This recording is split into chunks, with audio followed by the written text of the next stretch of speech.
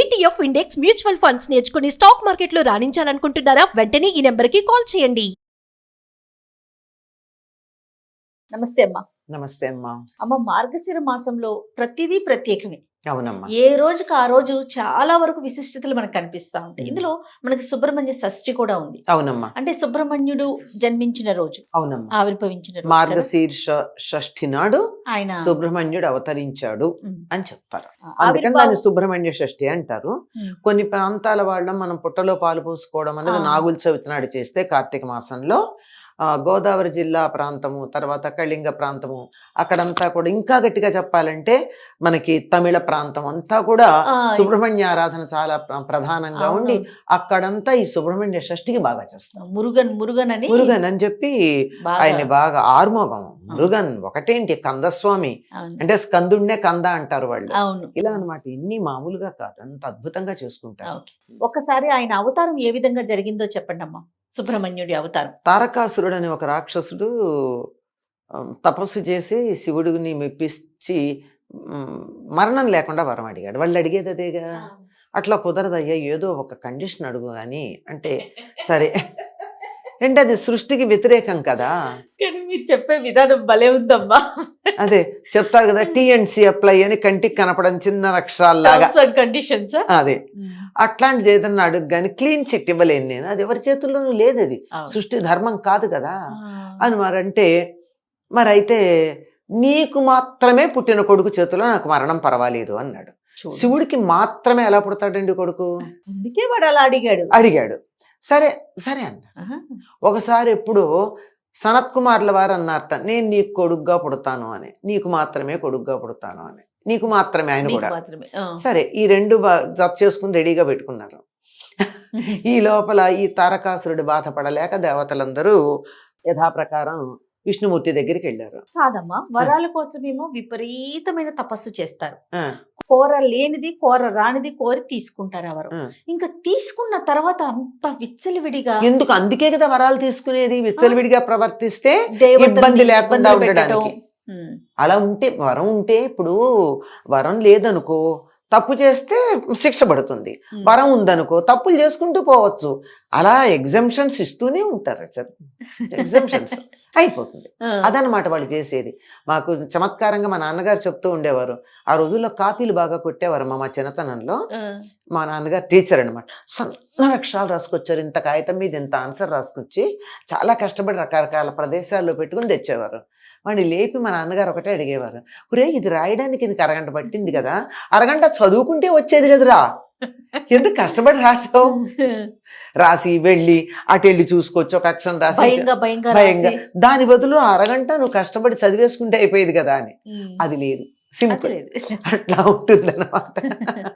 అయితే దేవతలందరూ అడిగితే అప్పటికి శివుడు కొడుకు చేతిలో తప్ప వాడు చావడు కదా, మరి ఎట్లా అంటే శివుడు తపస్సు చేసుకుంటున్నాడు. అప్పటికే దాక్షాయణి సతీదేవి యోగాగ్నిలో శరీరం వదిలేస్తే శివుడు తపస్సుకు వచ్చాడు. ఇది నాకు చాలా నచ్చే విషయం. భార్య పోతే తపస్సుకు వెళ్ళాడు కానీ మళ్ళీ పెళ్లి చేసుకోవడానికి సిద్ధపడలా. ఇది మనకి మన దేవతలను చూసి నేర్చుకోవాల్సిందే. అవునమ్మా. పైగా ఎక్కడ తపస్సు చేసుకుంటున్నాడు? హిమాలయాల దగ్గర. ఏం మేరు పర్వతం దగ్గర చేసుకోవచ్చు, కైలాసం దగ్గర చేసుకోవచ్చు, హిమాలయాల దగ్గర ఎందుకు చేసుకుంటున్నాడు? అక్కడ సతీదేవి పార్వతిగా పుట్టింది కనుక ఆకర్షణ అక్కడికి ఎలా వెళ్ళింది.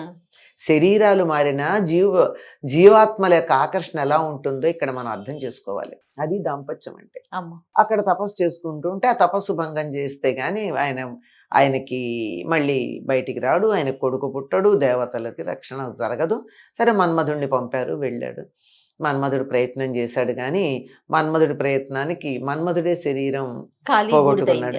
ఇక్కడ నేను ఎప్పుడు చెప్తూ ఉంటా, operation success but doctor died, not patient.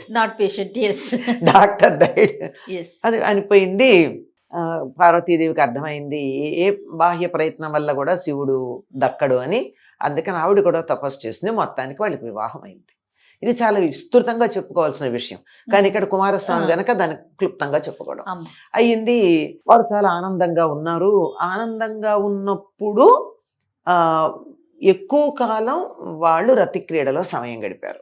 అప్పుడు వాళ్ళకి పుట్టేటటువంటి కొడుకు దేవతలందరినీ బాధ పెట్టేస్తాడు, తట్టుకోలేం, వాడి శక్తి ముందని చెప్పి అక్కడి నుంచి నా వెలుగు చూసి వీడు తట్టుకోలేకపోయారు. ఆ సమయంలో రుద్రాంశ విజృంభించింది శివుల్లో. ఆయనకి ఉన్నాయి కదా అష్టమూర్తులు ఉన్నాయి, అందులో రుద్రుడు ఒకడు. ఆ రుద్రాంశ విజృంభించేటప్పటికి తట్టుకోలేక దీన్ని భంగం చేయాలని దేవతలు ఆలోచించారు. అలా భంగం చేసిన కారణంగా శివుడి యొక్క రేతస్సు కింద పడిపోయింది. పడిపోతే పార్వతీదే బాధపడింది, నాకు కొడుకులు లేకుండా చేశారు కదా, సంతానం లేకుండా, అందువల్ల దేవతలు ఎవరికి పిల్లలు ఉండరు అని శాపం ఇచ్చేసింది. కానీ ఇది కదా వీళ్ళకి కావాలి, దేవతలకు కావాల్సింది అది. దానికోసం ఏం చేశారు, ఈ రేతస్సును ఎవరు భరించగలరు అంటే ఈవిడిని అడిగారు, గంగాదేవిని అడిగారు. అప్పుడు గంగాదేవి అయితే పార్వతి అసూయ పడదు అని వాళ్ళకి ఆశ, సొంత అక్కగారు కదా. గంగలో దాన్ని వదిలితే గంగాదేవి కూడా తట్టుకోలేనంతగా ఉంటే దానికి సహకరించమని అగ్నినిను వాయువుని కోరుకున్నారు వాళ్ళక్కడ. దీన్ని మొత్తం మీద అక్కడ వచ్చేసి రెల్లు పొదల దగ్గర ఆగిపోయింది అది. అప్పటికి ఆ పిండం ఎదిగి రెల్లు పొదల్లో ఒక బాలుడు ఏర్పడ్డాడు. ఇక్కడ ఈ వచ్చినప్పుడు ఈ అగ్నే చల్లబడిపోయింది, ఆ వేడికి తట్టుకోలేక. అగ్ని చల్లబడిపోయింది, తట్టుకోలేకపోయింది.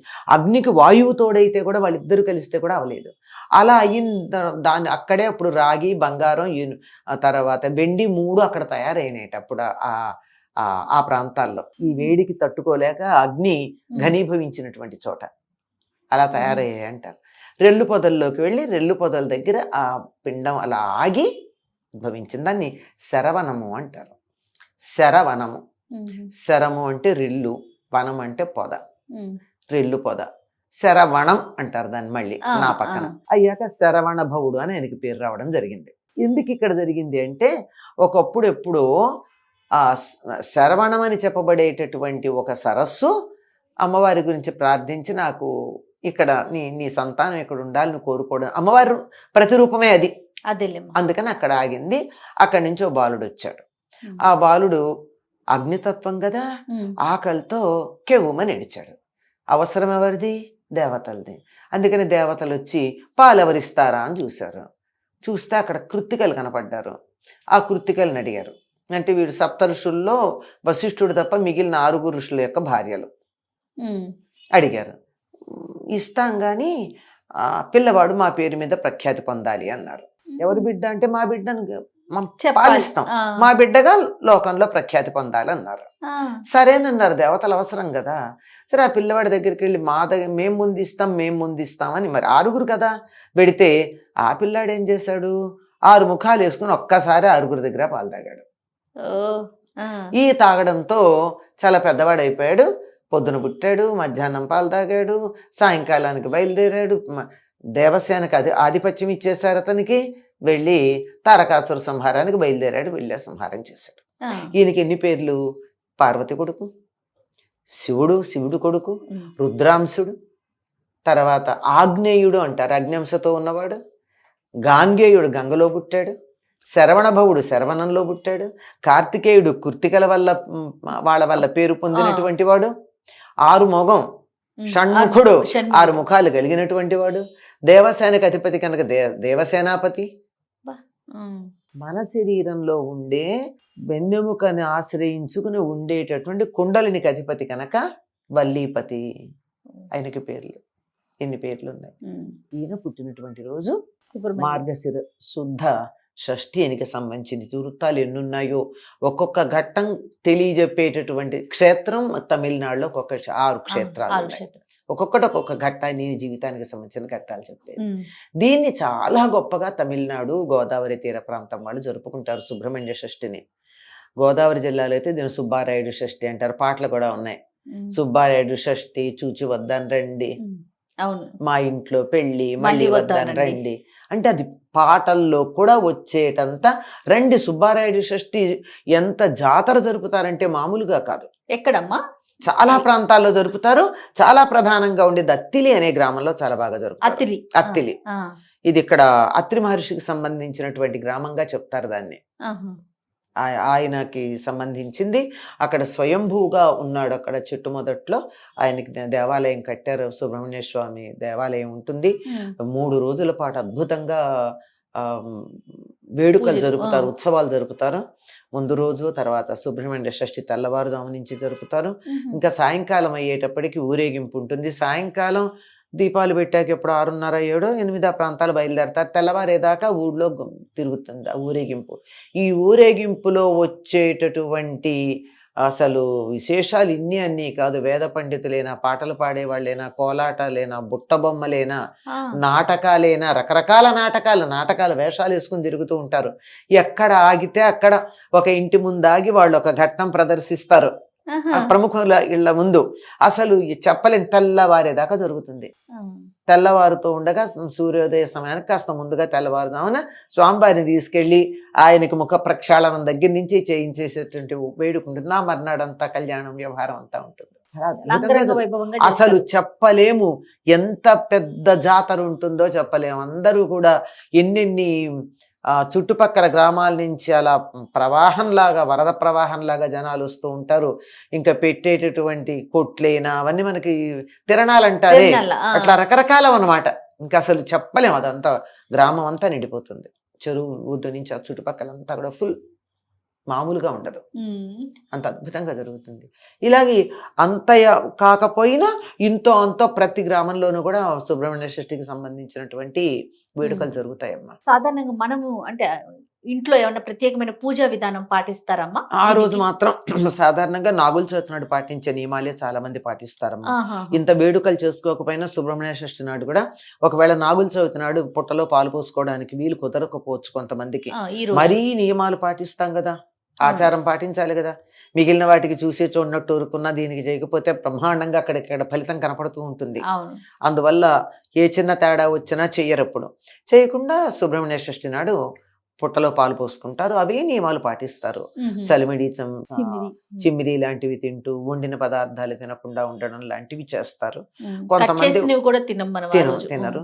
కానీ కొంతమంది ఏం చేస్తారంటే పగలల్లో ఉపవాసం ఉండి చీకటి పడ్డాక ఇంకా ఆయన పుట్టలోకి వెళ్ళిపోతాడు కదా, అందుకని అప్పుడు చీకటి పడిన తర్వాత ఇంకా ఆ రోజు దీపం కూడా పెట్టరు. సాయంత్రం పొద్దున్న దీపం పెడతారు.